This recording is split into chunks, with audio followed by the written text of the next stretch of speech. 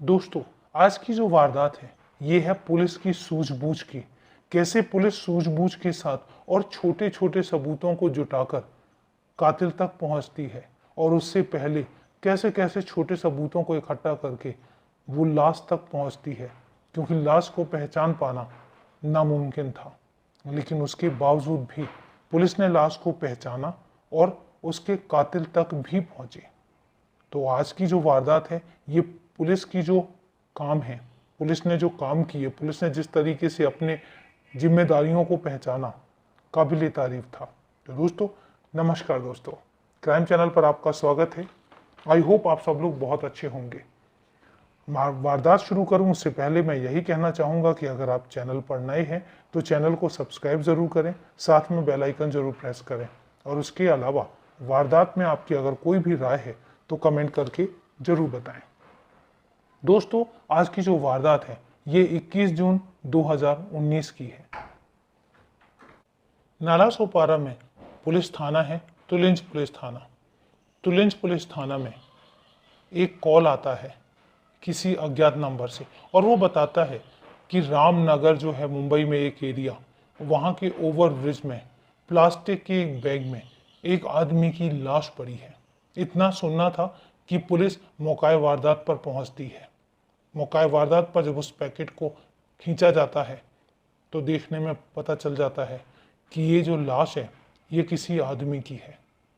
और उसके बाद उसको देखने से ही लग रहा था कि इसकी उम्र 30 से 35 साल के बीच में होगी, लेकिन उसके चेहरे को हथौड़े से बुरी तरह से बिगाड़ा गया था। किसी चीज़ से बहुत बुरी तरीके से उसके चेहरे को बहुत बिगाड़ा गया था। अब लाश को पंचनामा करके पुलिस पोस्टमार्टम के लिए भेज देती है। लाश के पास पहचान के लिए कुछ भी नहीं मिलता है, ना ही उसकी जेबों से और ना ही कुछ ऐसा मिलता है जिससे लाश को पता किया जा सके।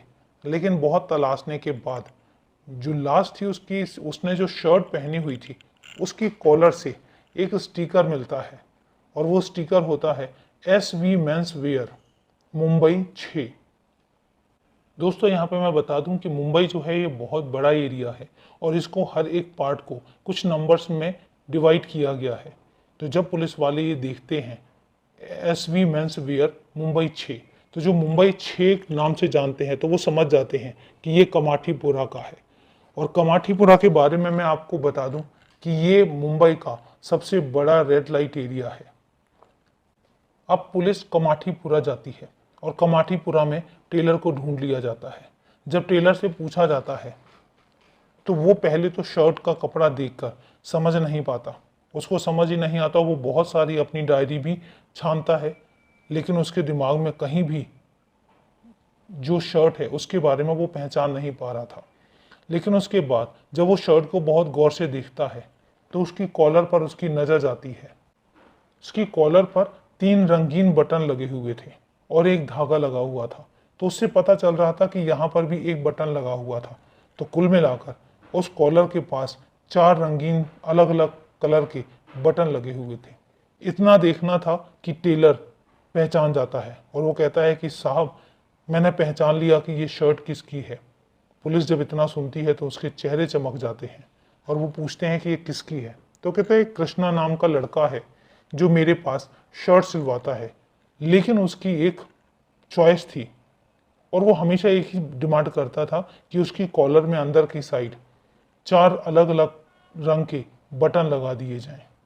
पुलिस पूछती है कि ये कृष्णा रहता कहाँ है। तब वो टेलर कहता है कि साहब मुझे उसका नाम पता कुछ भी नहीं पता है, लेकिन हाँ बात जब हमारे बीच में एक बार बात हो रही थी तो उसने बताया था कि वो मुंबई के सेंट्रल में किसी मुसलमान होटल में काम करता है। पुलिस जब इतना सुनती है तो पुलिस को भी समझ आ जाता है कि जो मुंबई सेंट्रल है वो कोई छोटा सा एरिया नहीं है, बहुत बड़ा एरिया है और उनको उतने बड़े एरिया में एक मुसलमान होटल तलाशना है और वहाँ पर कृष्णा का पता पूछना है। अब पुलिस मुंबई सेंट्रल जाती है और वहाँ पर मुसलमान होटल तलाशना शुरू कर देती है और एक मुसलमान होटल में जब वो उसकी लाश की तस्वीर लेकर जाती है तो उस होटल के मालिक ने उसको पहचान लिया और उसने बोला कि ये तो कृष्णा की लाश है। तो वो कहते हैं कि कृष्णा की लाश है, तो कृष्णा आपके यहाँ काम करता था, कब से गायब है? तो वो कहते 4-5 दिन से कृष्णा होटल में नहीं आ रहा है, और उसके अलावा एक और लड़का भी है जो होटल से गायब है। अब पुलिस कृष्णा की पता पूछती है, तो वो मालिक कहता है कि मुझे कृष्णा का तो पता नहीं पता है, लेकिन जो दूसरा लड़का है उसका पता जरूर मालूम है। तो कहते हैं दूसरे लड़के का पता ही बता दो। तो कहता है भयंदर में एक एड्रेस बताते हैं और कहते हैं यहाँ पर वो लड़का रहता है। अब पुलिस भयंदर उस पते पर जाती है, तो वहां पर वो दूसरा लड़का मिल जाता है, और जब उस दूसरे लड़के से पूछा जाता है तो वो कहता है कि मुझे कृष्णा का पता तो नहीं पता कि वो कहाँ रहता है, लेकिन इतना जरूर पता है कि नाला सोपारा में किसी ज्योति नाम की लड़की के साथ रहता है। जब पुलिस उससे मोबाइल नंबर मांगती है तो वो कृष्णा का मोबाइल नंबर दे देता है। अब मोबाइल नंबर की कॉल डिटेल्स खंगाली जाती हैं, CDR निकाली जाती हैं, और कॉल डिटेल में से एक लड़की का नंबर सामने आता है, और वो लड़की नाला सोपारा की ही रहने वाली थी। अब पुलिस को लगता है कि वो ज्योति तक पहुंच गई, और ये नंबर हो सकता है ज्योति का ही हो। अब जब वो उस पते पर जाते हैं तो वहां पर वो लड़की मिल जाती है, और जब उस लड़की से पूछा जाता है कि तुमने कृष्णा नाम के लड़के को कॉल किया है, तो वो कहती है कि कौन कृष्णा, मैं किसी कृष्णा को नहीं जानती हूँ। तो फिर पुलिस असमंजस में पड़ जाती है, और वो कहती तुम्हारे फ़ोन से ही एक कॉल हुआ है। तो कहती मेरा फ़ोन सामने है, मेरा फ़ोन तलाश लीजिए। जब पुलिस उसका फ़ोन खंगालती है तो उसमें कॉल लिस्ट में कोई भी नंबर नहीं निकलता। जब पुलिस CDR दिखाती है, कॉल डिटेल की लिस्ट चेक करवाती है, तो वो लड़की भी परेशान हो जाती है और दिमाग पर जोर देने लग जाती है। फिर उसको याद आता है कि साहब मेरे फ़ोन से मेरी एक सहेली है, उसने किसी को कॉल किया था, उसने नंबर मांगा था कॉल करने के लिए, और उसके बाद कॉल करने के बाद उसने उस नंबर को भी डिलीट कर दिया था। तब पुलिस को समझ आ जाता है कि हो सकता है ये वही लड़की हो। जब उस लड़की से उसकी सहेली का नाम पूछा जाता है तो वो कहती है कि उसकी सहेली का नाम ज्योति है। अब पुलिस वालों को समझ आता है कि ये वही ज्योति है जो कृष्णा के साथ रहती है। अब पुलिस पूछती है कि ज्योति रहती कहाँ है, तो वो लड़की बताती है कि उसके घर के पास ही एक बिल्डिंग में ज्योति रहती है। अब पुलिस उस एड्रेस पर पहुंचती है। जब एड्रेस पर पहुंचती है तो वहां पर ताला लगा होता है। जब ताला तोड़कर पुलिस अंदर जाती है तो कमरा बिल्कुल साफ सुथरा होता है, और बिल्कुल अच्छे से व्यवस्थित कमरा होता है। लेकिन ये भी समझ में आ रहा था कि दीवारों पर कई जगह पर नए पेंट के धब्बे भी थे, जैसे कि नया पेंट किया गया हो। और जब पुलिस उन धब्बों को खरोचती है तो उसमें से ब्लड के निशान मिलते हैं। इसके बाद पुलिस फॉरेंसिक टीम को बुलाती है, और जो ब्लड के स्ट्रेन्स थे उनका सैंपल फॉरेंसिक टीम कलेक्ट कर लेती है। अब पुलिस को उसकी सहेली से ज्योति का भी मोबाइल नंबर मिल जाता है, और ज्योति के मोबाइल नंबर से कॉल डिटेल और CDR खंगाली जाती हैं, जिसमें से एक नंबर मिलता है और एक नाम मिलता है जो है मुख्तार। जब मुख्तार के बारे में पूछा जाता है तो भी किसी को कुछ नहीं पता। अब मुख्तार का एड्रेस तलाशा जाता है, और एक एड्रेस पर पुलिस पहुंचती है, और वहां पर देखती है कि वहां पर मुख्तार नहीं है, ज्योति नहीं है, लेकिन एक और ही आदमी है। जब उस आदमी से पूछा जाता है कि मुख्तार कहाँ है, तो वो कहता है कि साहब मुझे नहीं पता मुख्तार कहाँ है, और मेरा नाम सूरज कुमार झा है। तो पुलिस पूछती है कि तुम मुख्तार के घर पे क्या कर रहे हो, तो कहता है कि मुख्तार ही कहकर गया था कि तुम कुछ दिन के लिए मेरे घर पर रुक जाओ। इससे पहले पुलिस ज्योति के घर के आसपास के CCTV कैमरास खंगालती है। उसमें से एक फुटेज सामने आती है जिसमें 2 लड़के एक बाइक पर कोई भारी सी चीज, प्लास्टिक का कोई बड़ा सा बैग लेकर जा रहे थे, और उन्हें एक लड़की गाइड कर रही थी। तो पुलिस को समझ में आ जाता है कि इस मर्डर में टोटल 3 लोग जिम्मेदार हैं, जिसमें से 2 लड़के हैं और एक लड़की है, और वो लड़की कोई और नहीं ज्योति ही हो सकती है। अब जब पुलिस सूरज कुमार झा को देखती है तो उसके हुलिये से, जो फुटेज में हुलिया मिल रहा था, उसमें से एक आदमी से सूरज कुमार झा का हुलिया मिलता है। अब पुलिस सूरज कुमार झा को गिरफ्तार कर लेती है, और सूरज कुमार झा से पूछताछ की जाती है। अब सूरज कुमार झा बताता है कि साहब, मैंने कृष्णा की लाश ठिकाने लगाने में तो उनकी मदद की थी, लेकिन मर्डर में मेरा कोई हाथ नहीं है। दरअसल हुआ ये था कि मेरे पास मुख्तार का फ़ोन आया था और उसने बताया कि उसके हाथों एक कृष्णा नाम के लड़के की मौत हो गई है, तो अब तुम लाश ठिकाने लगवाने मेरे साथ चलो। और इस वजह से मैं दोस्त होने के नाते उसकी मदद करने के लिए चला गया था। अब पुलिस पूछती है कि सूरज, मुख्तार है कहाँ? तो वो कहता है कि मुझे नहीं पता मुख्तार कहाँ है।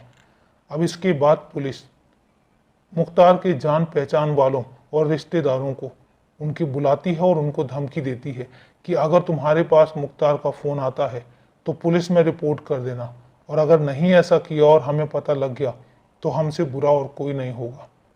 सारे जो जान पहचान वाले थे सब हाँ कह देते हैं और इसके बाद पुलिस इंतजार करने लग जाती है।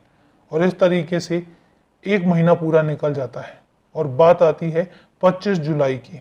25 जुलाई को मुख्तार का एक जान पहचान वाले का फ़ोन आता है और वो बताता है कि साहब, मुख्तार जो है उसका कॉल आया था और उसने बोला कि मेरे एक फ़ोन की ईएमआई रह गई है, मैं भर नहीं पा रहा हूँ, तुम वो ईएमआई भर दो। जब पुलिस इतना सुनती है तो वो उस रिश्तेदार से मुख्तार का नंबर मांगती है जिस नंबर से फ़ोन आया था। जब वो नंबर निकाला जाता है और नंबर की लोकेशन ट्रेस की जाती है तो वो निकलती है गाजियाबाद। अब यूपी के गाजियाबाद का जब नंबर निकलता है तो पुलिस लोकेशन ट्रेस करते करते उधर गाजियाबाद पहुंचती है और वहां पर मुख्तार भी मिलता है और मुख्तार के साथ साथ ज्योति भी मिलती है।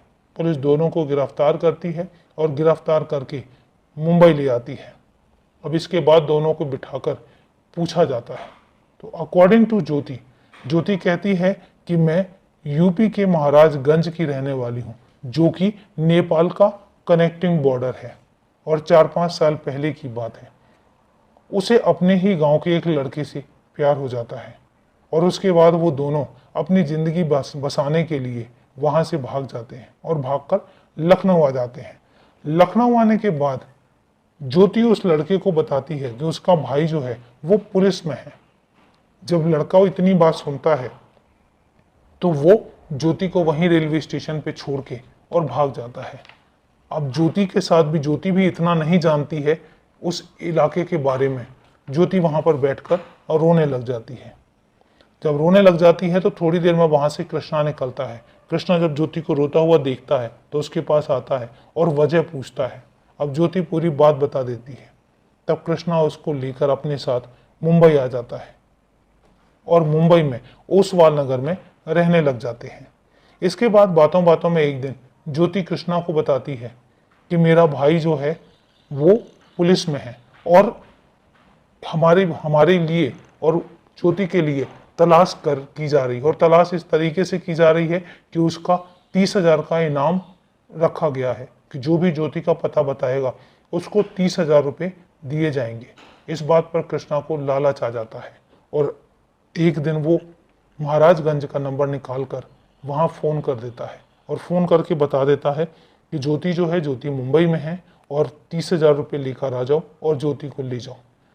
इसके बाद उसी दिन शाम को वो शराब पीता है और शराब पीने के बाद घर आता है और घर आने के बाद वो इमोशनल हो जाता है और इमोशंस में आके वो ज्योति को पूरी बात बता देता है कि उसने महाराजगंज फ़ोन किया है और फ़ोन करने के बाद उसने बताया है कि ज्योति मुंबई में है। लेकिन उसके बाद वो ज्योति से माफ़ी मांगता है और वो कहता है कि मुझे सिर्फ तुम चाहिए।